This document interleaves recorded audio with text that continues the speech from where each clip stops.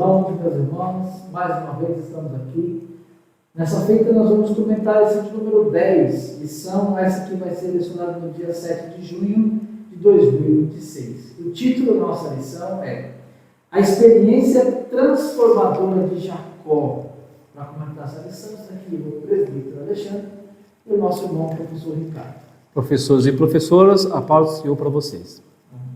Isso aí. Eu vou fazer uma oração e a gente dá continuidade na sequência aos comentários da lição. Senhor Jesus, te damos graças, Senhor, por estarmos aqui na tua presença. Mais uma vez, Senhor, estamos reunidos aqui para aprender da sua palavra. Espírito Santo nos guia, nos dá força, nos dá graça, nos dá entendimento, nos dá revelação da sua palavra.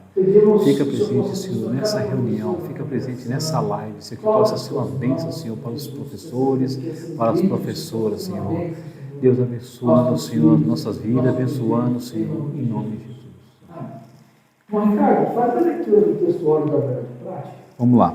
Textuário: E eis que estou contigo e te guardarei por onde quer que fores, e te farei tornar a esta terra, porque te não deixarei, até que te haja feito o que te tenho dito. Gênesis capítulo 28, versículo 15. A verdade prática: após o encontro com Deus, Jacó é transformado. Ninguém sai da presença do Senhor da mesma maneira. A nossa leitura de classe nessa semana se encontra em Gênesis capítulo 28, versículos 10 ao 17. Quero ler com os irmãos aqui os objetivos do plano de aula. Então, os objetivos da lição temos aqui: 1. Enfatizar que o sonho de Jacó foi o início de uma mudança profunda em sua vida. 2. Expor as descobertas de Jacó. E 3. Explicar o que era a conduta de Betel, ou a coluna, né? Explicar o que era a coluna de Betel. Ricardo, vou fazer um comentário rápido aqui da nossa introdução. Ela continua, né, professor? A lição 9, então ela vai continuar com a lição 10. Por isso a gente tem que tomar muito cuidado, né? Para a gente não falar, querer, porque até a tendência da gente querer, né? E nós temos também autoridade na sala, professores, de você também barrar, né? Porque às vezes o aluno quer avançar um pouquinho, fala, não, espera ter um pouquinho de paciência que na próxima lição a gente comenta com maior profundidade, com mais carinho, com mais dedicação, né? Respeitando aí cada lição, né? Cada domingo. E o segredo da lição da escola dominical em si é esses 45 minutos, porque dá aquele gostinho, né? De quero mais, aí acaba, você fica com aquela vontade de ir para o próximo domingo aprender. Quem ainda ama, né, irmão Alexandre, a escola dominical, tem uns lugares que não tem mais escola dominical. Então, mas quem ainda ama a escola dominical, ama a palavra de Deus, porque a escola dominical a gente comenta sobre a palavra de Deus. Como vimos no capítulo anterior, o relacionamento entre dois irmãos tornou-se tóxico e conflituoso, o ponto de Esaú planejar matar Jacó. Olha que ponto, irmão Alexandre, chegou essa família, de um irmão. Nós não estamos falando de um primo, nós não estamos falando de um vizinho, né? Nós não estamos falando de uma briga de trânsito, por exemplo, nós estamos falando de dois irmãos de sangue, gêmeos ainda, gêmeos. Eles só eram distintos porque existia o A e o B, né? Ou um ou dois, né? Mas eles eram dois irmãos. Olha que situação. Ante a ameaça de uma possível tragédia, Rebeca aconselhou Jacó a ir embora para a casa de seu tio Labão, em Harã. Olha ele voltando para Harã, aí, né? A família, Abraão passou por lá e ele vai lá para Harã novamente. Mas foi uma ideia de Rebeca, porque ela percebeu que esse negócio aí não ia dar um problemão aí. Só que Rebeca, nesse ponto aqui, ela já começou a pensar, foi eu que criei tudo esse, né? Eu sei que existe um propósito de Deus, nós acreditamos nisso, mas ela fala, foi eu que arquitetei tudo isso, agora eu preciso dar um jeito de tentar, né, entre aspas, já tinha acontecido já, mas tentar pelo menos salvar a vida de um deles, né? Vou tentar salvar a vida. E esse Jacó, o que ela mais amava, vou tentar salvar pelo menos esse, né? Porque eu sei que se um pegar o outro aqui, né, a coisa vai ser feia. O mesmo conselho foi dado por seu pai, que em sua velhice teve a infelicidade de ver tão terrível situação. Em lugar de paz, viveu momentos de tensão e medo. E foi o terrível preço que Jacó pagou por ter cedido à proposta da sua mãe. Tornou-se um fugitivo quando saiu de casa a pé em direção ao deserto.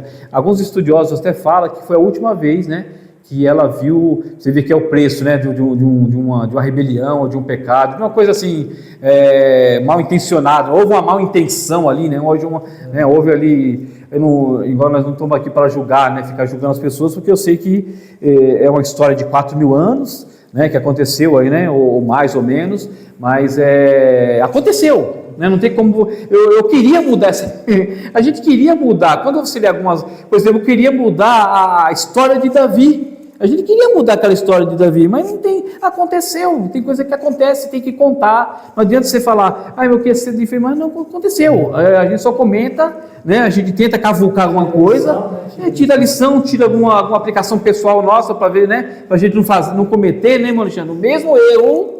Isso foi escrito, foi registrado, porque antigamente era oral, né? Isso foi registrado com Moisés para deixar para nós, porque se fosse oral já tinha se perdido, né? Porque para a gente não cometer os mesmos erros deles, para a gente não sofrer como eles sofreram. Isso aí, muito importante isso.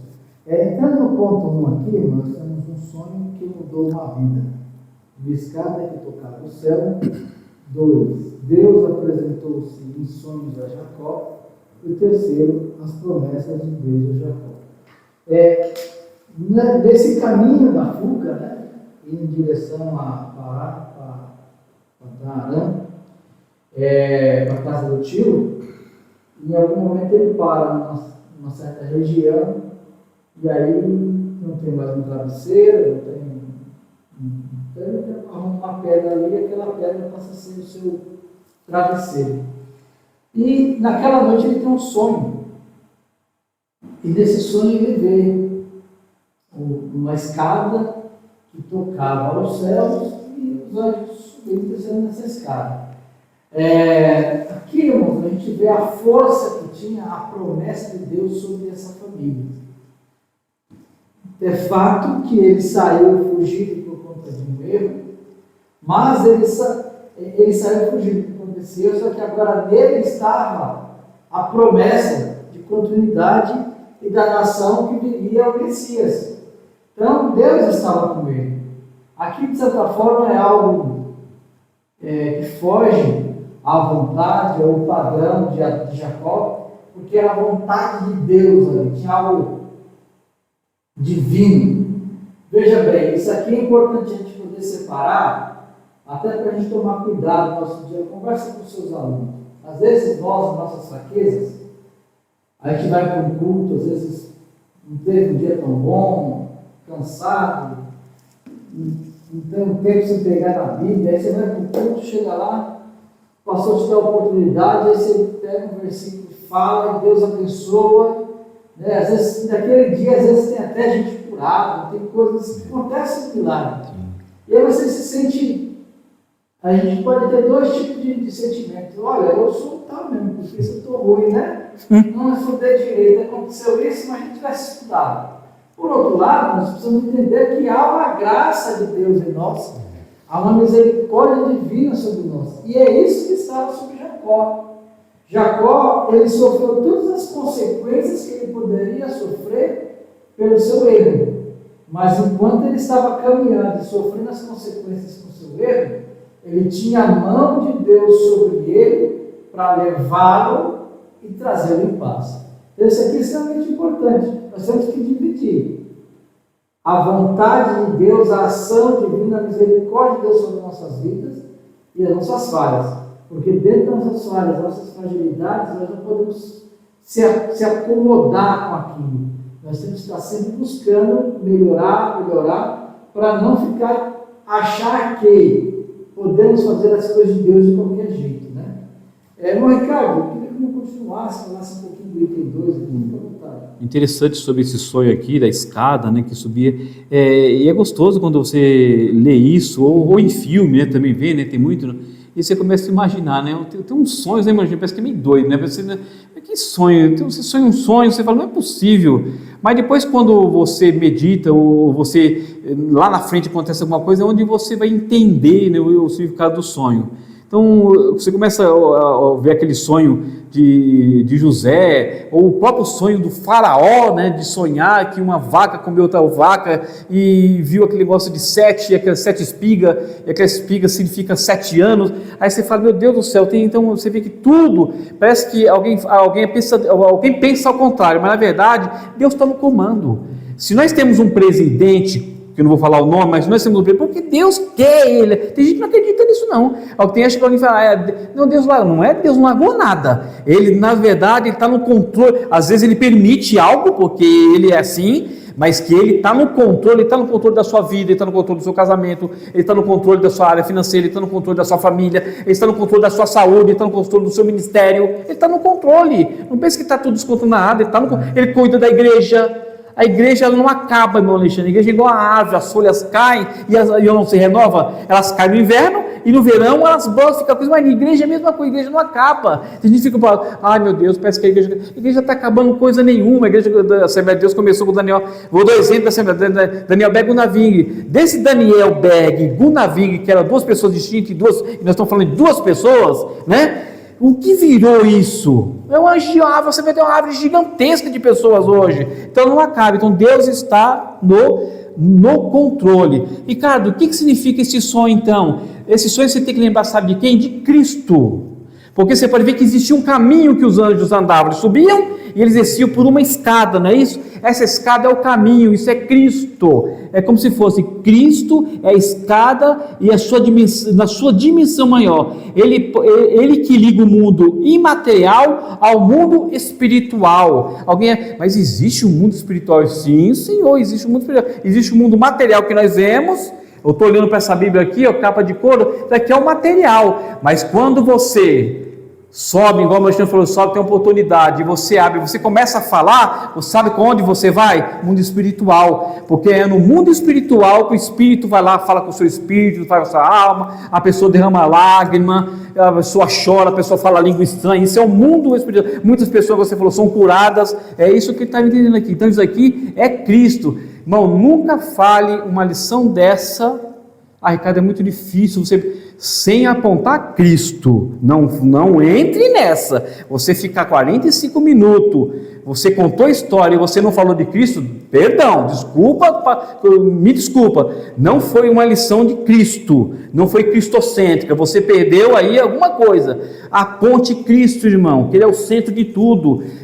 Nem se seja lá no finalzinho, irmão, vou falar aqui, vou tirar 2 minutinhos. Isso aponta para Cristo. Porque se não fosse Cristo, irmão Alexandre, nós não seríamos salvos não, gente. Tem que entender isso, Ele é o centro de tudo. Então isso aí, essa escada é o caminho, é Cristo intercedendo, é Cristo nos ajudando, através do Espírito Santo, claro.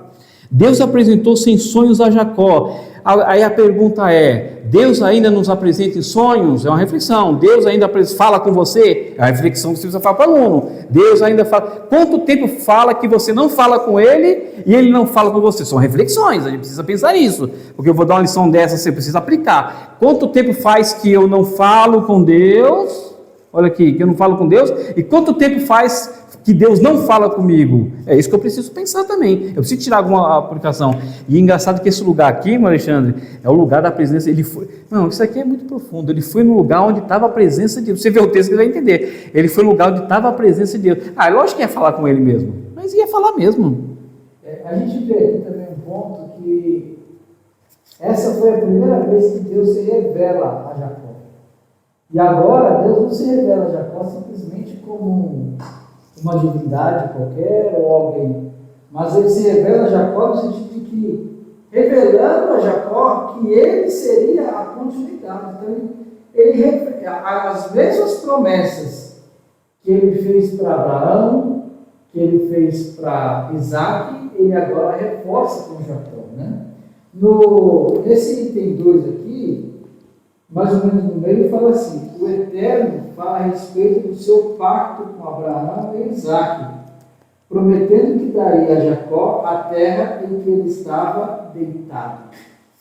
Então, olha só, Deus chamou Abraão, tudo aquilo que nós já comentamos, sai do meio da tua terra, da tua parentela, vai para uma terra que eu vou te mostrar, e Abraão foi.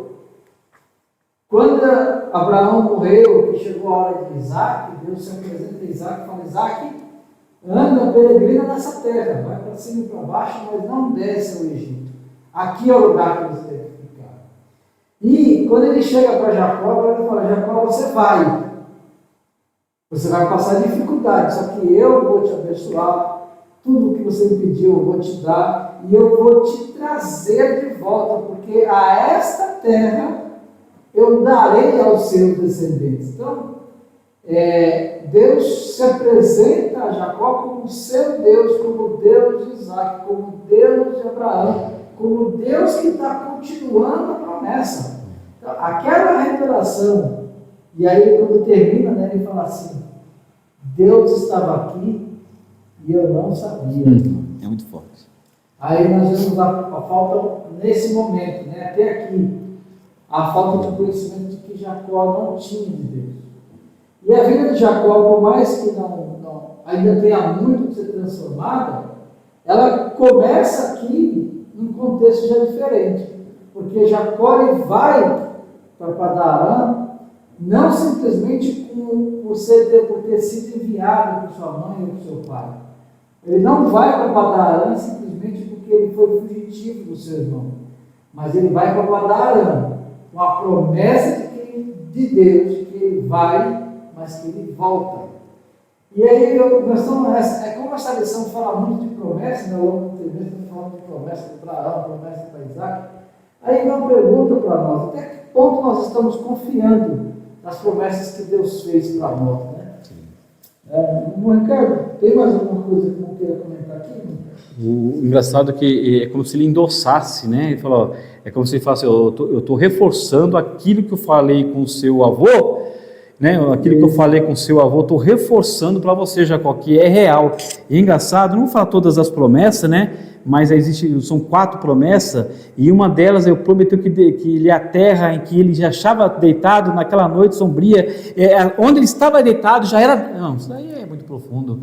Ele deitou, porque quando você deita num lugar que você já sabe que é seu, é uma coisa, é seu. Você comprou uma casa, você entrou lá, eu comprei, assinei o documento, vou começar a pagar, é sua. Mas ele deitou num lugar que ele não sabia ainda que era. Aí Deus falou: sabe onde você está deitado, Jacó? Sabe onde você está deitado? Naquilo que é seu. Ai, mas é muito profundo isso aí, é coisa de pensar. Você pode ver que é tudo, existe tudo, né, Alexandre? Um propósito. Às vezes acontece algo na nossa vida e nós reclamamos. Às vezes, Alexandre, às vezes a gente atrasa. Eu tenho tal hora que eu preciso estar numa reunião tal, e às vezes acontece, furou o pneu. Aí você começa a xingar, né?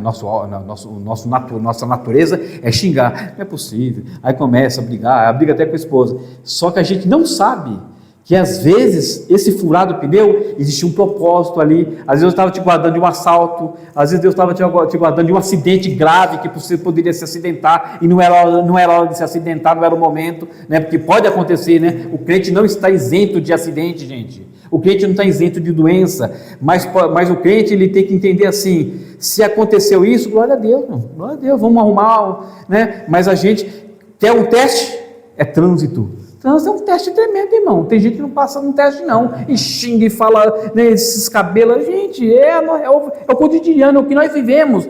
Então, quando acontecer algo na sua vida, na sua família, com o filho, não se desespere, não, irmão. Confia nele. Ele poderia simplesmente falar assim: acho que eu estou ficando louco.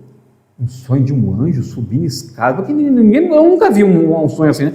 Um anjo que subia, um anjo que descia, aí de repente parece Deus falando: não, a terra que você já chegou, já é sua, mas você não veio de outro lugar, você não comprou, mas como é que eu não comprei algo que não é meu, alguém me deu? Meu Deus, mas é assim. É por isso que às vezes Deus fala com a gente: acho que não foi Deus não, e às vezes foi Deus que está te mostrando algo, e você, uns acreditam e se dão bem, e outros simplesmente, igual o Esaú, né? Igual o Esaú jogou a primogenitura, ele não acreditou naquilo ali, olhou mais para o lado material do que para o lado espiritual, saciou mais a fome da carne do que a fome espiritual. E é interessante que Deus reforça com Jacó 3 promessas. A primeira é a terra, a segunda é a semente numerosa, e a terceira é que sempre estaria com ele. Note que assim, essa terceira promessa é algo mais específico para Jacó, dado o contexto que ele vai andar, né? Mas essas duas promessas de que Deus daria a terra e que a semente seria, a semente dele seria numerosa, essa é a continuação da promessa de Abraão e a Isaac. Dentro desse contexto, passando para o próximo ponto, nós temos aqui as descobertas de Jacó. Então, primeiro, Jacó descobriu a presença de Deus. 2, Jacó descobriu a casa de Deus. E 3, Jacó descobriu a porta dos céus. Irmão Ricardo, como que eu vou começar esse comentário? Esse ponto 2, ele é tão engraçado, essa frase, que ele fala, Jacó descobriu a casa de gente, não descobriu a Deus até hoje. Ele está na casa, mora na casa, mas ele não entendeu que ali é a casa de Deus. Gente, olha, é de pensar. Aí está lá o pregador, aquilo, né? Ele se preparou, ele orou, ele jejuou, porque ele vai em frente no púlpito, né, de qualquer maneira. Aí ele jejuou, ele orou, ele se consagrou, o pregador está pregando e o camarada está... Às vezes até manda mensagem para o outro, né? E até às vezes até vai ter um videozinho junto para o outro, e está lá o pregador que ele se consagrou. Gente, ele precisa descobrir que ali a gente precisa sentir isso, que é a sua casa, que é a casa de Deus, né? Não é só a casa de Deus, é a sua também, né? É a sua e você também, dentro de você tem Deus, né? É um negócio muito forte. Tem o comentarista da lição, ele colocou uma frase aqui muito interessante: Deus se revela como quer, a quem quer e onde quer. Deus se revela como quer, a quem quer e onde quer. Ai, meu, eu queria ser tanto revelado. Deus revelou para o outro. Irmão, ele revela para quem ele quer, aonde quer. Mas naquele lugar, Deus se revelou naquele lugar ali. É a mesma pergunta. Aí a gente vai para o Novo Testamento. Pode vir algo bom lá daquele lugar, daquela cidade pobre? Pode vir algo bom daquela cidade ali? Mas pode, ele faz. O ruim ele faz ficar bom, o bom ele faz ficar ruim. É Deus, gente, ele tem esse poder. O que cheira mal, ele faz.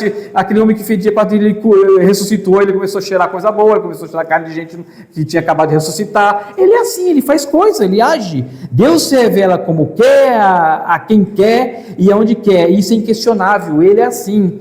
E agradeça a Deus, professor, e fale isso para os alunos. Se Deus te revelou, não jogue fora, porque a revelação é uma coisa muito linda, é uma coisa que não se joga. Tem gente jogando a revelação fora. Deus revelou para ele a salvação e ele está jogando isso daí fora. Não jogue fora isso. Em alguns por intermédio de profetas, que eles transmitiam a vontade divina, outros por revelação direta, e a outros por intermédio de visões ou sonhos, como fez a Jacó. Ao despertar do seu sono, Jacó descobriu fatos importantes. Ele foi revelado coisa que ele não sabia. Então Deus revela. Então muitas vezes, irmão, você lê a palavra e Deus te revela coisa que o cinema não revela, o pastor não revela, a sua esposa não revela, o seu vizinho não revela, o profeta não revela, mas Deus revela para você. Ricardo, para todos, se você buscar. Agora, se você ficar, eu não vou buscar isso daí não, eu vou ficar na minha, eu quero viver. Tem gente que fala assim, mas eu prefiro viver no raso, porque no raso não tem tubarão. Gente, você vai ter que enfrentar os tubarões, meu filho, não tem jeito. Você viu, o raso não tem, pode ser que apareçam lá, né? Mas os tubarões estão lá no fundo, mas você tem que, é igual cavar poço, aquele culto que o pastor fez, daquela cultura. Gente, você tem que cavar poço, irmão, não adianta. Irmão, como é que eu cavo poço? A Bíblia é o lugar de se cavar poço, é cavar a palavra, é você procurar, aí Deus vai falar com você, certo? Já o ponto 1 aqui, só para a gente depois o Alexandre continuar aí. Esse episódio na jornada atribulada de Jacó nos mostra que muitas vezes Deus está perto de nós e não o percebemos. É forte, irmão. É forte, porque eu acho que Deus, né, ele está em silêncio. Às vezes você fala, mas Deus está em silêncio, mas não quer dizer que Deus está longe. Tem que entender isso. Às vezes ele está em silêncio, mas não quer dizer que ele está longe, está pertinho, mas às vezes ele fica em silêncio. Por vezes as tribulações da vida são tantas que nos fazem pensar que Deus não está conosco, não nos vê e que nos abandonou diante de tantos problemas sem solução. Esquecemos-nos de que, se formos fiéis ao Senhor, obedecendo a sua voz e cumprindo os seus preceitos, Ele é fiel para cumprir o que planejou para nós. É que às vezes Deus não tem paciência, a gente se desespera, meu Deus, está demorando demais. Gente, tira um pouquinho o pé do acelerador, pisa um pouco no freio, né? Espiritualmente falando, e espera, o que vai acontecer? Aconteceu com eles, não vai acontecer com a gente, porque eles eram melhores do que nós. Eles não eram melhores do que nós. Se aconteceu com eles, também vai acontecer conosco. E é importante esse detalhe do Jacó descobriu a casa de Deus, Naquela época, seja Isaac, Abraão, Jacó, não tinha um lugar específico onde deveria ser adorado, né? Qualquer lugar era adorado. Mas pensa aqui na cabeça de Jacó, talvez, e a gente não consegue ter isso em mente porque não tem um registro bíblico sobre esses fatos, mas talvez na cabeça de Jacó era o seguinte: normalmente quem fazia o culto era meu pai, e ele ia sempre para um local que tinha lá que fazia sacrifício de animal, essas coisas. Agora eu estou aqui fugindo, estou aqui deitado, agora escureceu, vou deitar, vou dormir. Mas depois da visão, ele diz: olha, essa aqui, ele tem a dizer, quão terrível é este lugar. Esse não é outro lugar, senão a casa de Deus, Betel, casa de Deus. E aí ele entende isso e sabe que ali foi um local de comunhão, de relacionamento. Ali ele começou a ter a sua primeira experiência com Deus. E aí nós temos o que essa casa de Deus representa para nós hoje. Então, vir ao templo não significa simplesmente, eu vou para o culto, eu vou para a casa de Deus, não. Aqui é o lugar, a casa de Deus é o local onde nós nos encontramos com Deus, nós falamos com Deus. Nós podemos falar com Deus em qualquer lugar. Então, isso mostra duas coisas. Quando eu vou ao templo, à casa de Deus, Deus está lá. Eu preciso estar lá, eu tenho que ter essa comunhão. Por outro lado, se eu não consigo chegar ao templo físico, eu preciso ter certeza, aonde eu estiver, Deus também está lá. Né? Aqui fala assim: foi uma experiência extraordinária. Sozinho, em meio à escuridão, ele jamais esperaria ter um encontro tão real com Deus. O Senhor estava iniciando um processo de transformação na vida de Jacó. Haveria uma mudança de dentro para fora no patriarca. Se nós também nos considerarmos como casa de Deus, é outro ponto, né? Nós também podemos nos colocar como casa de Deus.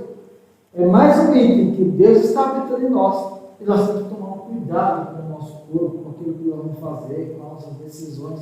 Pense nisso, converse isso com os seus alunos. E aí tem um terceiro ponto que a Jacó descobriu a porta dos céus, irmão Ricardo. Sim.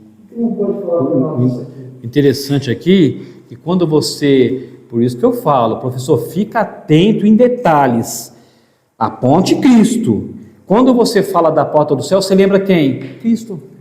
Cristo falou assim: eu sou a porta, eu sou a porta, e se alguém entrar por mim, salvar-se-á e entrará e sairá e achará pastagem, ele prosperará, ele crescerá, mas ele crescerá em quem? Em Cristo, porque até para você crescer, você precisa estar em Cristo, porque tem gente crescendo, olha irmão, tem gente crescendo, porque para onde você vai?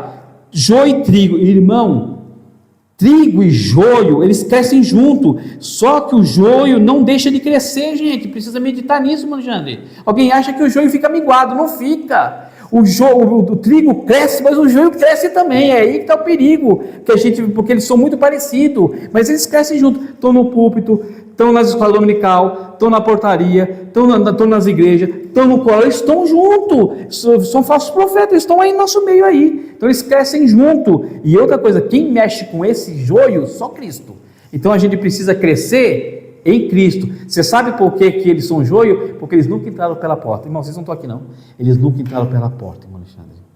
Eles erraram a porta, eles pularam alguma coisa, ou eles vieram de algum lugar com outra intenção, ou com aquela frase que a gente sabe que é segundo as intenção, tem o objetivo a ideia dele é outra, ele não tem a mesma ideia de Paulo, que a ideia de Paulo era plantar a igreja. Paulo, irmão, ele é um exemplo de homem que é trigo, porque Paulo não é joio, ele é um exemplo de homem trigo, porque é aquele homem que plantava Você pode ver trigo, lembra o quê? Trigo de plantar, de comer. Então, mas ele sabia que ele fazia tudo isso em Cristo. É tanto que ele usa essa expressão em Cristo, ou nele, como se fala nele, também em Cristo, é mais de 150 vezes. Ele entendia isso e falou, eu entendo e vou ter que passar isso daí para o futuro. Porque não adianta nada, irmão Alexandre, uma pessoa vir para a igreja e você não fazer dela um discípulo. Não adianta nada, porque ele não aprende. Ele precisa vir, ele precisa aprender. E onde ele vai ter essa oportunidade de aprender? Ou no culto de doutrina, ou os dois, culto de doutrina e escola dominical. Ou escola dominical, culto de doutrina, ou os dois. É onde ele vai aprender. Mas a porta aqui, irmão Alexandre, é Cristo.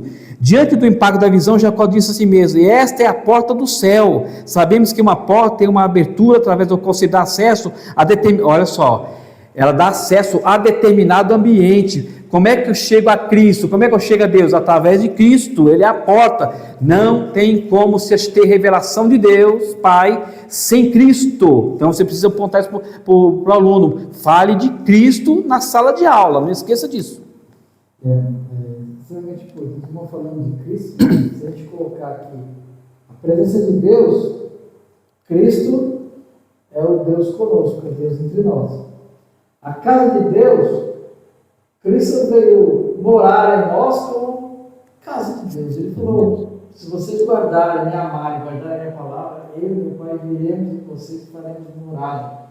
E o irmão já comentou muito bem aí, Cristo é a porta do céu, isso é muito bom. Agora, entrando no ponto 13, nós temos aqui a coluna de Betel. Nós temos mais 3 pontos. O primeiro, que é a pedra transformada em coluna. O voto de gratidão a Deus. E o terceiro, o conceito de Deus com Jacó. Essa pedra transformada em coluna, fala assim, cheio de fé e entusiasmo, Jacó decidiu demonstrar sua gratidão a Deus de forma bem concreta, plena de sentido e devoção sincera. Ele poderia ter feito somente uma oração de gratidão a Deus por tudo que lhe proporcionaram, demonstrando seu amor e seu cuidado, mas o fez de modo bem real e visível. Ele levantou-se de madrugada, tomou a pedra que lhe serviria de travesseiro e a levantou como uma coluna, que serviria de memorial ao Senhor.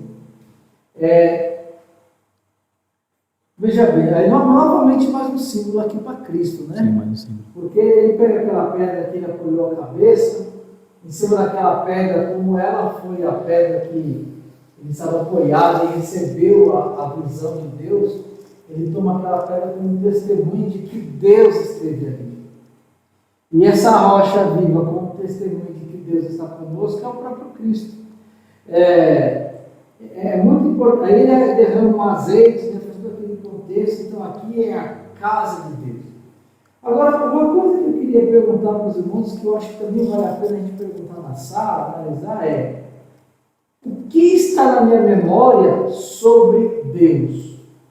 Porque, teoricamente, para Jacó, toda vez que ele olhasse para aquela pedra, ou aonde aquela pedra estivesse, ali ia ser um sinal para Jacó de que Deus, então ele relembrava daquele momento, daquela visão. Quando eu olho para mim, ou quando eu paro meditando a palavra de Deus, ou orar, o que Deus fez por mim? A que eu sou grato a Deus? Por que eu sou grato a Deus? O que está na fresca na minha memória? Porque ou nós servimos a Deus simplesmente por servir. Será que o ser salvo, a cura que Ele fez na nossa alma, ou coisas, para cada um Ele fez coisas diferentes, de forma que nós nos entregamos para Ele, mas o que nos chama a atenção? Qual é o nosso memorial? O que fez? Qual foi a porta para a nossa transformação? Isso é um ponto importante, porque com o passar do tempo nós vamos esquecendo as coisas. É importante nos lembrar esses pontos que vai nos fortalecer a fé, vai nos lembrar o que Deus fez por nós. E aí vem esse voto de gratidão. Eu queria passar por um Ricardo aqui, O interessante é que esse voto aqui de gratidão, ele fala que o comentarista do livro, ele fala assim, após consagrar a coluna de Betel, Jacó fez um voto a Deus, movido por um sentimento de fé e de profunda gratidão. Em seu voto, vemos sentido sincero de gratidão. confiança e compromisso diante de Deus. Quando você fala de gratidão, se você quiser falar para o aluno sobre gratidão, primeira coisa, quando você levanta de manhã, você agradece. Por quê, irmão Alexandre? Muitos dormem e não levantam mais. Eles dormem e morrem. Então, toda vez, irmão, aprenda uma coisa, toda vez que você levantar de manhã, eu sei que a gente tenta ser todos os dias, né? É uma luta, é a mesma coisa que você lê, é a mesma coisa que você está falando de ler Bíblia, de orar, é uma luta, né? Não é fácil. Você tem que lutar muito com isso daí para você fazer isso daí. Mas quando você levanta, a primeira coisa que você faz, gratidão. Senhor, te agradeço pela oportunidade de estar vivo e de estar respirando, e que esse dia eu posso dar o meu melhor. O seu dia vai ter aflições, vai ter dificuldade, às vezes vai dar certo, mas você fez a sua oração, você marcou o seu dia, você começou o seu dia com oração, então você já começa um dia consagrado esse dia, mas quando você levanta e se despreguiça, você lembra de tudo, menos sabe de quem? De Deus. As pessoas estão esquecendo de Deus, irmão Alexandre, e Deus é muito importante para a nossa vida, porque quando você morre, ou salvo ou não, você vai para algum lugar. O salvo, ele vai encontrar com Deus dele, e o perdido, ele vai encontrar com outra coisa, mas que você vai para algum lugar, você vai, né? O cristão, nós acreditamos, nós temos fé que nós vamos encontrar com o nosso Deus. Então, por causa disso, ele começou a fazer alguns trabalhos aí diferentes. Por exemplo, ele sabia da importância fundamental da proteção de Deus em sua vida, principalmente na condição em que se encontrava. Irmão, você tem que entender isso aí. Ele estava num lugar longe, fugido de alguém, não podia voltar mais. A vida de Jacó estava assim, ele teria que ir para frente, porque ele não podia voltar mais. Ele teria que parar também, se ele ficasse ali parado, morrer de fome, porque a gente está falando do deserto. No deserto, que os pessoal falam, porque eu nunca fui no deserto, mas eles falam, tem no YouTube, tem no Google, e tem até inteligência artificial. No deserto parece que durante o dia 40, 50 graus na sombra, é o que fala, ou mais, às vezes não fala até 60. Mas diz que à noite cai a temperatura de um jeito que, se você não estiver protegido, você não aguenta. É um negócio esquisito, né? De dia aquele calor tremendo, à noite aquele frio, parece que não bate as coisas, mas ele teve que enfrentar isso. Olha só, segundo estudiosos, a distância que ele deveria percorrer a pé, sem ninguém para lhe dar apoio, seria de cerca de 750 quilômetros. Você sabe quanto que dá andando a pé 750 quilômetros? Levaria mais de 30 dias de viagem. Já começou tudo por aí. E é uma viagem assim, quando você vai viajar de carro, você sabe que você tem volta, e você sabe que você chegar, eu vou chegar na minha casa, porque a gente só pensa em casa, né? Vou chegar na minha casa, vou tomar meu banho, né? Vou sentar lá naquele lindo sofá que eu paguei caro, que eu vou, né, o suor do meu rosto, e eu vou sentar ali e vou dar uma relaxada. Ela já não tem nada de dar uma relaxada, não. Não tinha casa mais para voltar, ali era fugitivo. Como que ele ia voltar? Ali era para frente, não tinha como. Então ele tinha que acreditar que aquele sonho que estava acontecendo. Agora, por isso, irmão, que Deus se manifestou a ele, se ele não aguentaria. Tem muito homem que acha, irmão Alexandre, que ele aguenta sozinho. Então ele fica assim, é a mesma coisa que você falou de você subir lá e dar uma palavra, né, às vezes a pessoa desce. O problema não é quando sobe, é quando desce. Porque quando você desce, Deus falou, opa, foi eu. Quem foi você? É o Espírito Santo, meu amigo, que te usou. O Espírito Santo te deu revelação, o Espírito Santo te deu graça, e você falou lá, e até aquele irmão lá que estava querendo até se suicidar, ele ouviu a sua palavra e ele mudou de ideia. Irmão, é muito forte. Então, não era tão fácil para um jovem acostumado a viver em casa, sob os cuidados dos seus pais, o amor da mãe, que ele assim, né, um certo contadinho com a mãe, estava ali, né, especialmente da sua mãe, que muito o amava. O salmista escreveu, ele te cobrirá com as suas penas, e debaixo das suas asas estará seguro, e a sua verdade é escudo e broquel. Somente com seus olhos olharás e verás a recompensa dos ímpios, porque tu, ó Senhor, é o meu refúgio, o Altíssimo, a tua habitação. Então ele já estava sob os cuidados do Senhor, então tinha tudo para dar certo. Mas ele teve que passar por isso? Eu acho que teve que passar por isso. Primeiro, que também é uma resposta do que ele fez lá, né? Então ele tinha que passar por isso. Olha só, o pão nosso de cada dia nos dá hoje. O que significa isso? Você pode ver que é o pão de cada dia, não é o pão de dias, de semana, é o pão de cada dia. É como se Deus falasse assim, não se preocupa com o dia de amanhã não, irmão Alexandre, o dia de amanhã pertence a mim, não pertence a você não. Então o dia de amanhã eu cuido de você. Se preocupa com hoje, viva o momento hoje. Amanhã é outro dia, amanhã eu cuido. Ele falou isso para os apóstolos. Até os apóstolos perguntou, Jesus, a gente deve levar alguma coisa a mais? Para quê?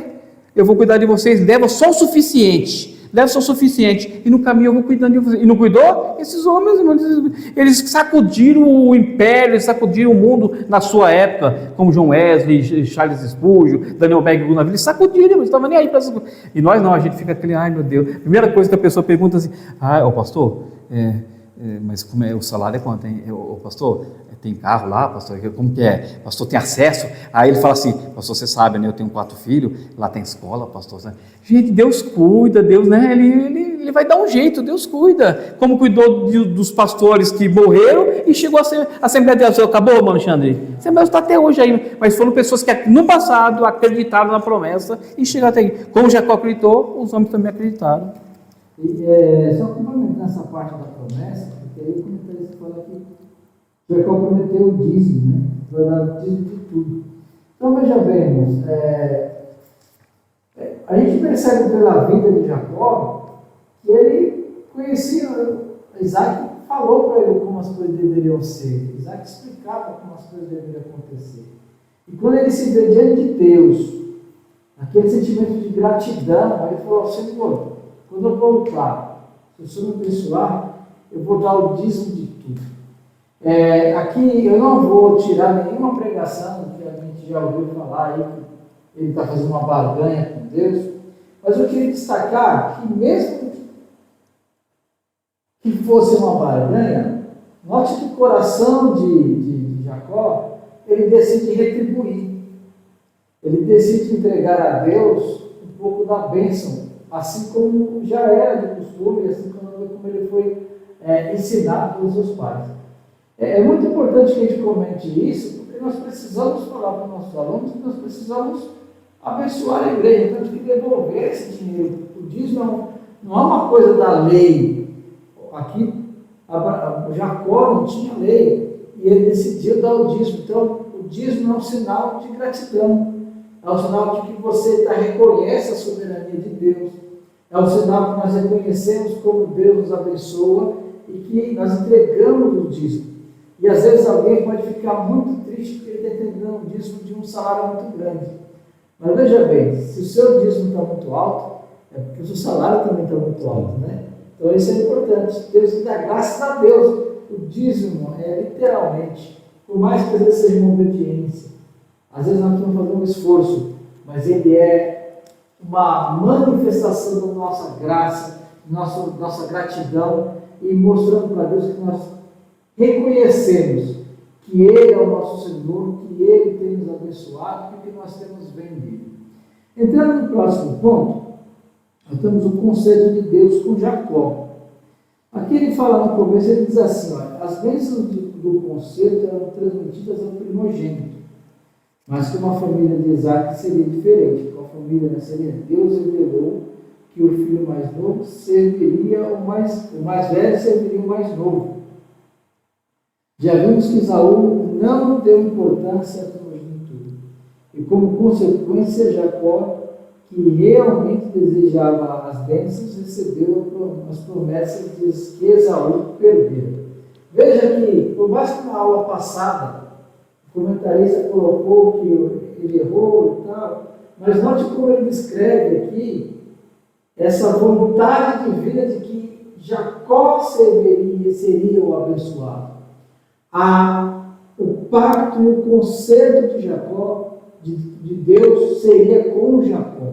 Então veja, o concerto que nós falamos aqui, nós já comentamos em algumas das lições anteriores, que é a construção, o início, o estabelecimento da nação de Israel, para que Jesus viesse à terra. Então, de toda forma, nós vamos aí arrumando um jeito de colocar Jesus no meio da história, né? E realmente, esse conceito de Deus, da mesma forma que ele foi com Abraão, da mesma forma que ele foi com Isaac, ele foi também com Jacó. Se não fosse Deus na vida de Jacó, né? Sim. Bom, Ricardo, tem mais algum ponto para colocar aqui, irmão Ricardo? Eu acho que está suficiente, né, irmão Alexandre?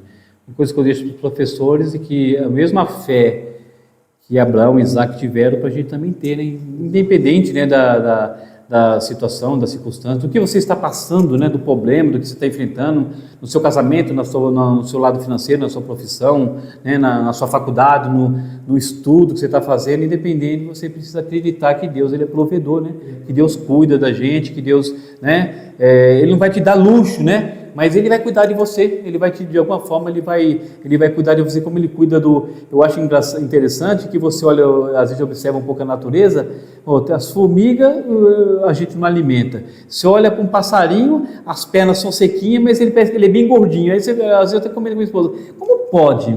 Eu não dou alimento.